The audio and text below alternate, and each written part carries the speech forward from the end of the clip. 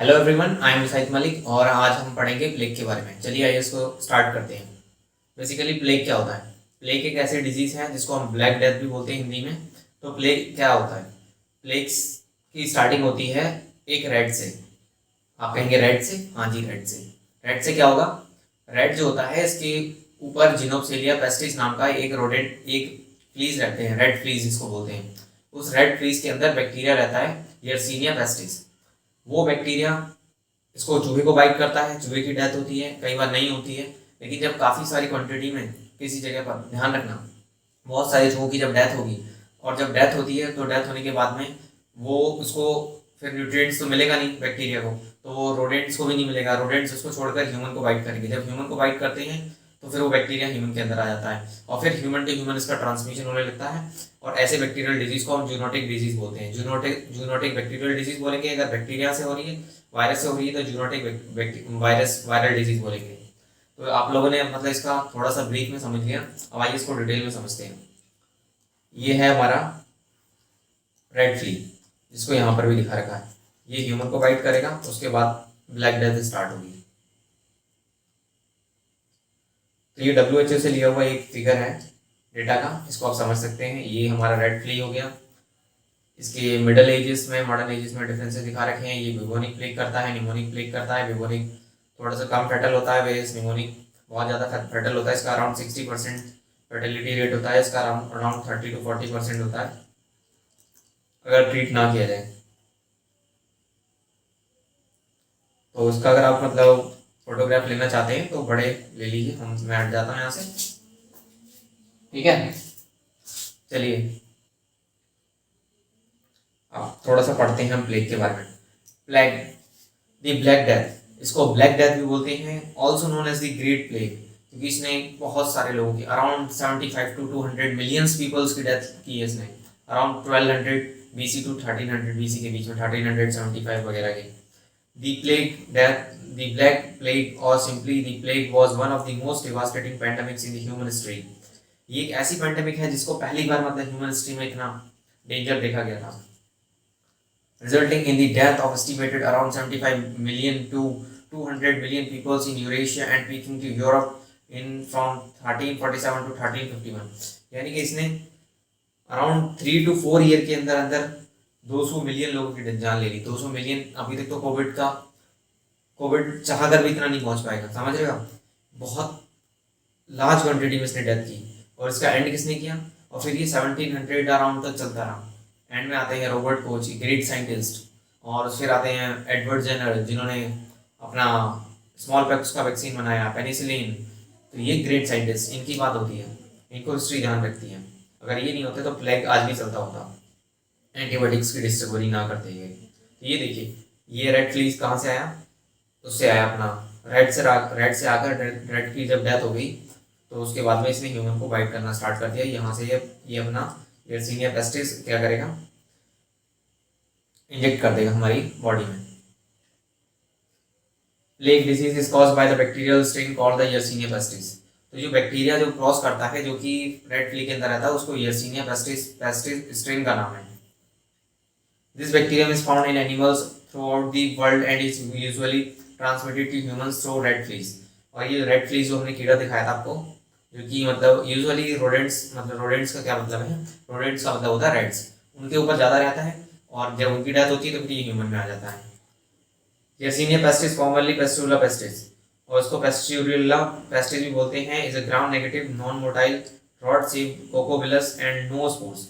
इसमें कोई स्पोर्स नहीं होते हैं, और ये रॉड शेप होता है और कोकोबिलस होता है। It is a facultative anaerobic organisms that can interact humans via the oriental rat flea. तो ये क्या, ओरिएंट मतलब रेड फ्ली के द्वारा ये हमारे ह्यूमंस के अंदर इन्फेक्ट कर सकता है, और इसको फैकल्टेटिव एनारोबिक भी होता है। अगर इसको कहीं पर ऑक्सीजन नहीं मिलती है तो अपने सर्वाइव करने के लिए ये एनारोबिकली भी अपना प्रोटीन या फूड सिंथेसिस कर सकता है। It causes the disease plague, और ये प्लेग करता है, विच टेक्स 3 फॉर्म्स। और इस प्लेग की 3 फॉर्म्स होती है, निमोनिक, सेप्टिसेमिक एंड ब्यूबोनिक। ये दोनों ज़्यादा देखी जाती है, निमोनिक एंड ब्यूबोनिक, ठीक है। ओके, ये देखिए, ये रेड फ्ली दिखा रखा है। ये आएगा, स्किन पर बाइट करेगा, यर्सीनिया पेस्टिस को इंजेक्ट करेगा, उसका स्ट्रेन आपके अंदर इंजेक्ट करेगा, और आप 2 से लेकर 7 दिन के अंदर अंदर इन्फेक्ट हो जाएंगे, तो इससे बचना है। People infected with the Yersinia pestis often develop symptoms after an incubation period of 1 to 7 days. तो 1 से लेकर 7 दिन के अंदर अंदर सिम्टम्स आने लगते हैं। क्लिनिकल सिम्टम्स क्या होंगे? ब्यूबोनिक प्लेग और न्यूमोनिक प्लेग में क्या, ठीक है। ब्यूबोनिक प्लेग में क्या होता है? Most common form is characterised by painful of swollen of lymph nodes, और इसको क्या बोलते हैं? ब्यूबोस। ये जो अपना ब्यूबोनिक प्लेग है, ये कैसे कर, ये हमारे लिम्फ नोड्स पे अटैक करता है। लिम्फ नोड, अगर ये आसान भाषा में बोलूँ, वैसे तो आप जानते हैं, लैंग्वेज में बोलूँ, लिम्फ नोड्स वो हमारी जगह होती है जहाँ पर हमारे डब्ल्यूबीसीज, आरबीसीज, हमारे बॉडी की जितनी भी आर्मी है जो कि वायरस बैक्टीरिया को अटैक करने के लिए, मतलब उनकी एक पर्टिकुलर स्पेसिस बना रखे हैं। जैसे हमारे स्टेशन हाउस ऑफिसर होता है, ठीक है, डिस्ट्रिक्ट लेवल से थोड़ा नीचे ब्लॉक लेवल पर, तो उस तरीके से ये लिम्फ नोड्स हमारी बॉडी में हर जगह प्रेजेंट होते हैं, मतलब अलग अलग डायरेक्शन में। मतलब जैसे कि हमारी बॉडी पूरी डिस्ट्रीब्यूटेड है, अगर जैसे 500 पार्ट्स में डिस्ट्रीब्यूटेड है, तो हर एक कंपोनेंट के पास में एक अपना खुद का लिम्फ नोड होता है। तो ऐसे ही उन लिम्फ नोड्स को क्या बोलते हैं? ब्यूबोस, जो इन्फेक्टेड होंगे और उसमें स्वेलिंग होगी और मतलब पेन बहुत जबरदस्त वाला होगा। The oriental rat flea Xenopsylla cheopis also known as a tropical rat flea, उसको ट्रॉपिकल रेड फ्ली बोलते हैं।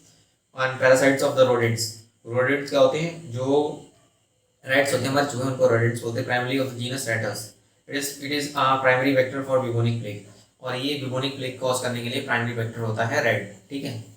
This occurs when the flea has fed on an infected rodents and bites a human, although this plague can live only on warm-blooded animals. ये कहने का means वही है जो बताया है।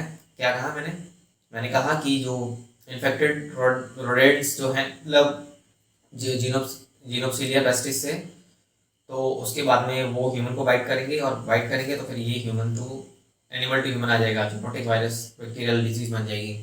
Plague can be very severe disease in people with case fatality rate around 30 to 60% for bubonic type and is always fatal for pneumonic kind when left untreated.